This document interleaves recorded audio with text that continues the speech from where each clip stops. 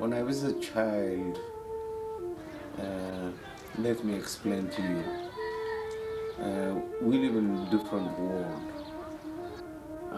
That means we are the only people taught we are the last Jewish community exists in this earth. So our forefathers and our families, so they always try to teach us we are not belong to this place.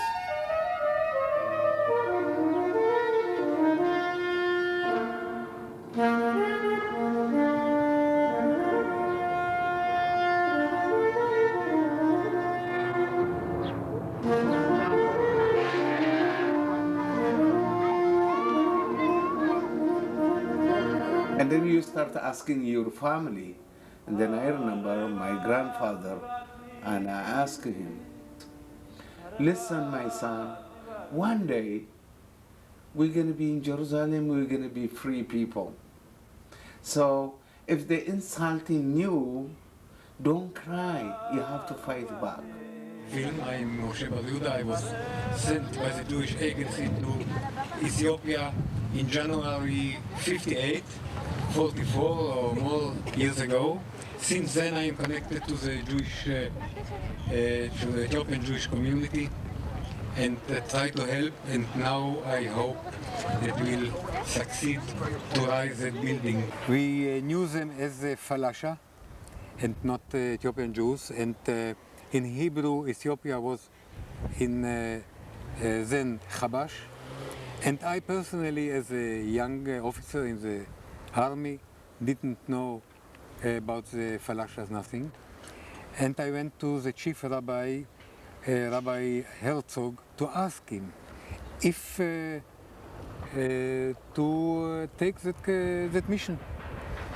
And he explained me something which I didn't know, and it is very important to say.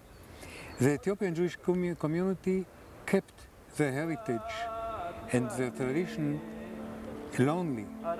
The Ethiopian Jews were the loneliest Jewish community. There were no any connection between the Ethiopian Jews and other Jewish communities, as it was between the Sfaradim and the Ashkenazim and the Jews of Hungary and of Poland. They knew, and the Ethiopian Jews didn't know that there are other Jews. They believed that they are the last Jews, and he explained me, Rabbi Herzog, that to keep the heritage in such conditions, be lonely and without any idea that there are brothers, it is very harder than we did in Europe or in the other countries, in the Islamic countries. And he blessed me and sent me to Ethiopia. Never give to Jewish people any kind of right in that country. That means to have to own land. That means when they call you Falasha, that means you're a stranger, people without root. And we tried to tell them that there is a Jewish community and there is a hope. So we brought up that way to believe one day the Messiah will come and take us to Jerusalem. In Hebrew you say to להרים את הראש, to give them proud that they are Ethiopian Jews, that they come from this old antique heritage, Jewish heritage. Trying to keep their own identity and suffer in the remote area of Ethiopia by hope they're the only Jewish left in the whole world there is a lot of sacrifice. It's not like other Jewish, whether it's happening in Spain, they kind of migrated to others. Tell them, you know, whatever it's happened, tell them we are here, we come to help you. Our Jews, they are black Jews. And I was graduated as a rabbi when I was young. Nowhere in the halakha is said that the color has any chashivut, is important for the halakha. It's not important. Judaism is color blind, so they should accept it. For us, we live in a remote area. We don't have any knowledge outside of that, so it was very difficult to accept existence of white Jewish people. And it's very important for us as Israelis to add that color of culture to us. Is give us, in my opinion, a strength, because we lost very strength in the Holocaust, very ruchani, spiritual strength, and that connection with the old Jewish tradition give us strength. Is very important. The history of Ethiopians, the whole country, which they believe before Christianity, it was two kind of religion.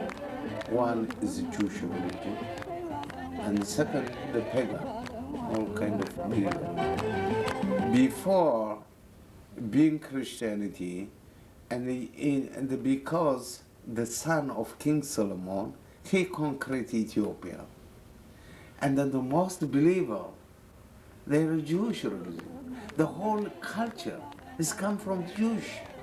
So when they came, the new Christianity, the New Testament, they brought it from Egypt, Abraham and Abraham. The first mission they had to convert the monarchy family, to convince them there is already the Messiah, he come over to Jerusalem. So 1,000 years, Jewish kingdom fighting between the New Testament. The story explains the king of the Christian kingdom, he asked help from European, from Portuguese. And that time they said it was the Inquisition times in Europe, in Spain. So this king, he sent a troop to help to the Christian king to destroy the Jewish kingdom. It's not far, it was in the 16th century. They said it's exactly like a Masada. There is some holy place they didn't want to give it on hand by the strangers. Since that time, they lost the kingdom, they lost the freedom of Jewish kingdom. And then they call them Falasha, stranger people.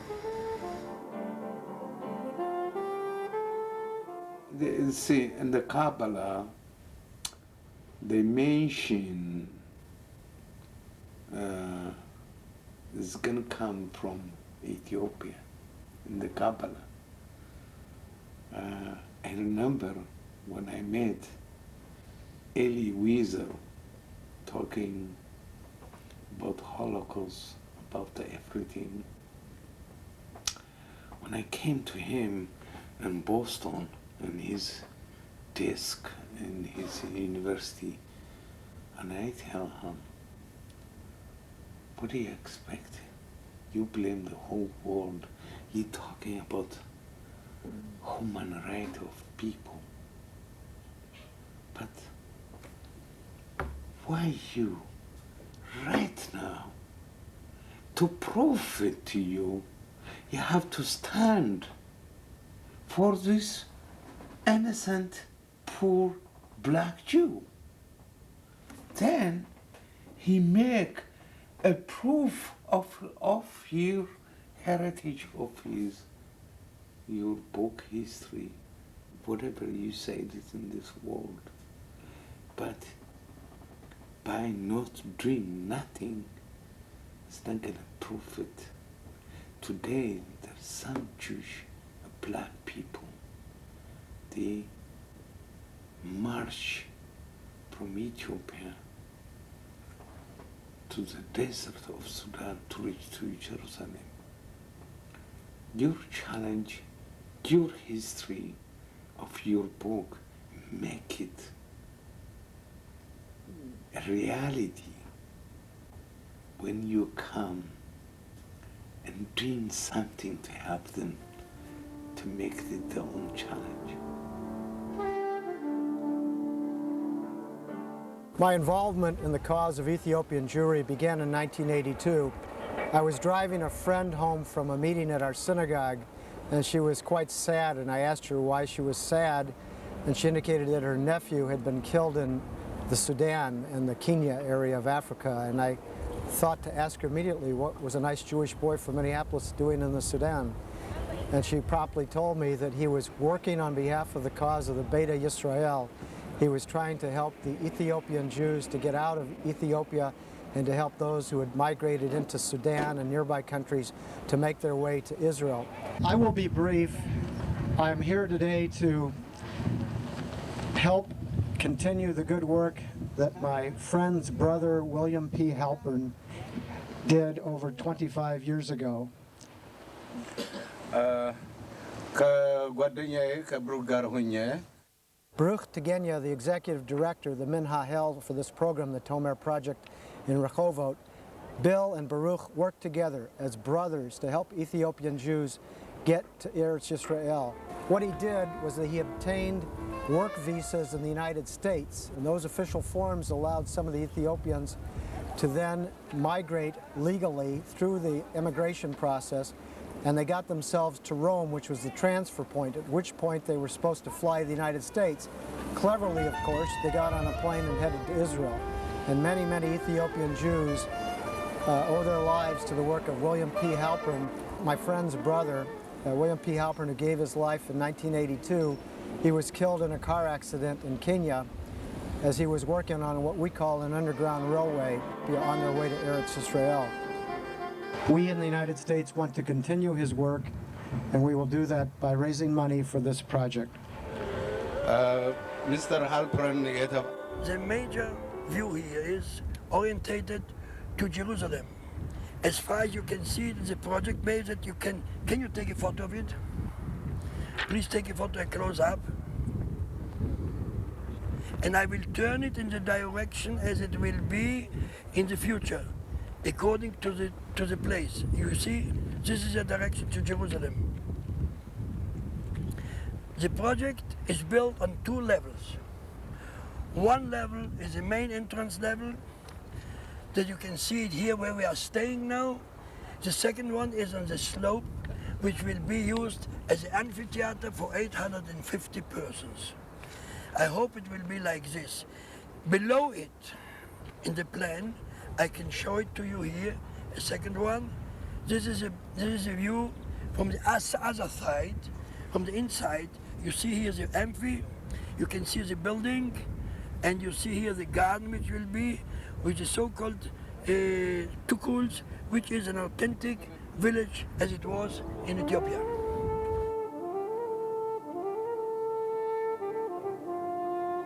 To add two words. Unfortunately, we don't have here, and even there, typical elements of the Jewish architecture there, only the Ethiopian. So we've taken a few elements there for ancient buildings, and to decorate the building, it will be done like this, and that was special her work to do it, to decorate the building with elements, origin coming from Addis Ababa, from the area of Tigray and so on, to remain the past and to establish it in the